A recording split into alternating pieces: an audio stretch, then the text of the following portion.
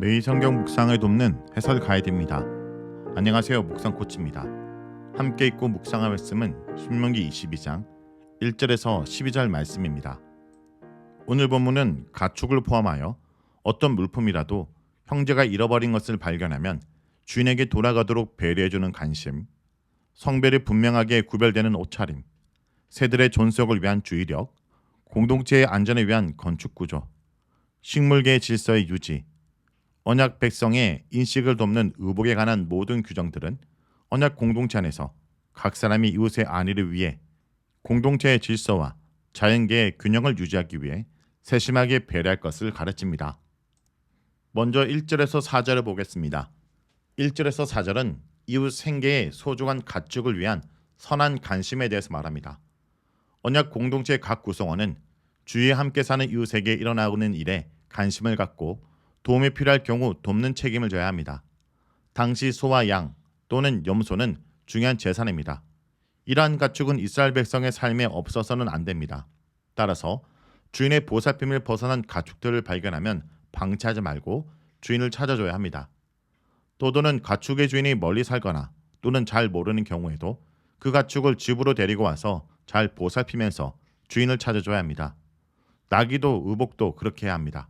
나귀는 노동력을 제공할 뿐 아니라 교통수단이기도 합니다. 의복도 귀한 물품입니다. 무엇이든 분신물을 발견한 사람은 그대로 방치하지 말고 주인을 찾아줘야 합니다. 또한 형제의 나귀나 소가 짐을 너무 많이 싣거나 무슨 연유든지 길에 넘어진 것을 보면 지나치지 말고 그 형제를 도와서 가축을 일으켜줘야 합니다. 본 단락에서 언급된 규정들은 이웃을 내 몸같이 사랑함이고 또한 공경에 처한 이웃을 도와줌으로 이웃의 짐을 나눠짐입니다. 이것이 바로 여호와의 거룩하심을 본받는 이스라엘 백성의 거룩함입니다. 다음은 5절에서 12절입니다. 5절에서 12절은 가나안의 생활 관습에 구별된 생활 양식을 말합니다. 이스라엘의 정체성은 옷차림에도 동물을 다루는 행동에도 건축 양식에도 농사 짓는 방법에도 가축을 다루는 데도 반영됩니다.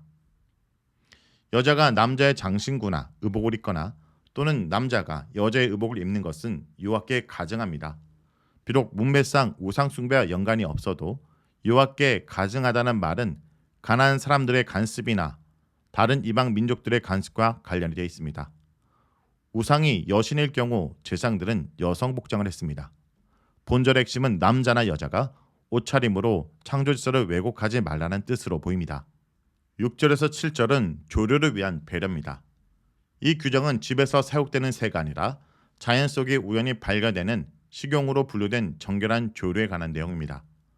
어미새를 새끼새와 아울러 취해서는 안 됩니다.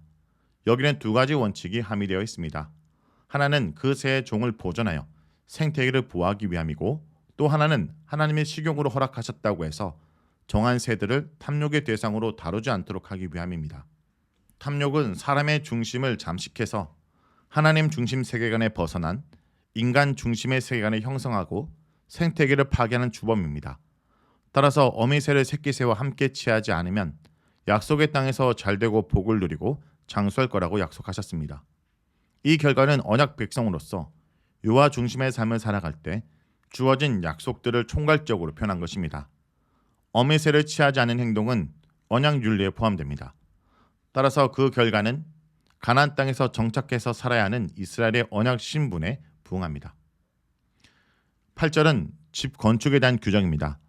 언약 공동체 안에서는 우발적으로 사람이 죽는 것을 막기 위하여 집 건축에도 신경을 써야 하는데 지붕가에 난간을 만들어서 사람들이 지붕에서 떨어지는 것을 막아야 합니다. 그래야 사람이 떨어지는 사고가 생겨도 그 집주인에게 책임이 없습니다. 지붕은 다양한 목적으로 사용됩니다. 여름에는 잠을 자는 공간으로, 가정에서 일상의 일을 하는 장소로, 또한 사람들이 모여서 즐거운 시간을 보내는 장소로 사용되기도 했습니다. 지붕에 난간을 설치하라는 규정은 언약 공동체 일상생활에서 생명을 존중하고 보호하며 자신과 이웃의 안전을 위해 세심하게 배려함을 가르쳐줍니다. 이러한 주의 깊은 배려에는 무죄한 자의 피로 그 땅을 더럽히지 않게 하라는 의도와도 맞물려 있습니다. 9절에서 11절은 특정한 혼합에 대한 금령입니다. 이 규정은 두 가지 관점에서 고찰되어야 됩니다. 생태계적인 측면에서 볼 때 포도원에 두 종자를 섞어 뿌린다면 그 씨앗과 포도원 수확에 문제가 된다는 점입니다. 각 농작물은 땅으로부터 취하는 영양소가 다르기 때문에 포도나무와 뿌리 두 종류의 씨앗이 성장하는데 서로 땅에서 충분한 영양소를 얻지 못해서 튼실한 열매를 맺을 수 없는 경우입니다. 또한 포도나무가 자라서 덩굴을 형성해서 열매를 맺기 때문에 다른 작물에 충분한 빛이 공급되지 않습니다. 포도나무와 다른 작물의 관계에 대한 이해는 이스라엘 백성이 다른 민족과 혼합되지 않도록 하기 위한 예증의 교훈을 줍니다. 자연계의 질서는 언약 질서를 이해하는 데 다양한 통찰력을 제공합니다. 언약 질서에 부응한 삶을 살기 위해서 이스라엘 백성들은 그 땅을 정복하고 정착하는 과정에서 가나안 사람들과 조약을 맺거나 사돈관계를 맺지 말아야 합니다. 그래야 가나안 사람들이 섬기던 우상들과 제단들을 파괴하는데 걸림돌이 없게 됩니다. 10절은 소와 나귀의 결의에 대한 금령인데 본 규정도 두 가지 관점에서 해석할 수 있습니다. 하나는 소와 나귀는 함께 멍에를 메고 밭을 갈 수 없습니다.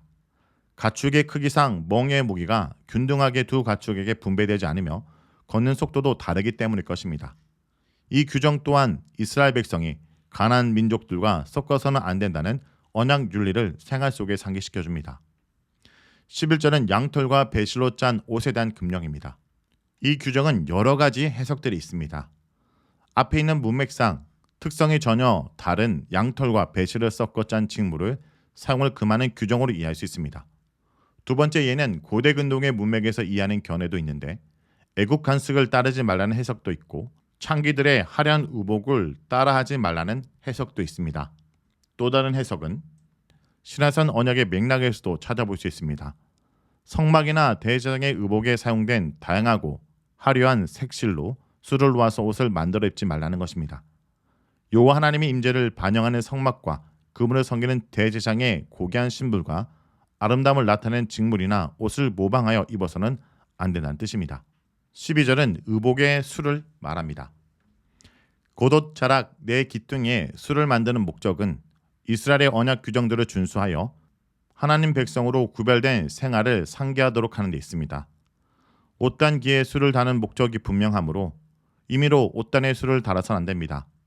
각 사람이 자신의 옷에 달린 술들을 보면서 여호와의 모든 계명을 기억하여 실천하고 방종하게 하는 자신의 마음과 눈의 욕심을 따라 음행하지 않도록 조심해야 할 것입니다. 오늘 본문은 이스라엘 백성의 일상생활과 행동에 관한 여러 율법들이 나열되고 있습니다. 얼핏 보면 서로 관련이 없는 규정들을 길게 나열하고 있는 것 같지만 자세히 보면 이웃사랑과 영적 순결이라는 공동의 주제를 다루고 있습니다. 성도 여러분, 오늘도 우리가 있는 곳에 성도인 여러분 한 사람의 삶을 통해서 이웃의 사랑이 실천되고 거룩한 장소가 되는 하나님의 일들이 일어나길 간절히 기도합니다. 말씀을 놓고 기도하겠습니다. 주님, 오늘도 생명을 존중하고 이웃을 사랑하며 평범한 일상 속에서 거룩을 연습하고 실천하게 해 주시옵소서. 예수의 이름으로 기도합니다. 아멘.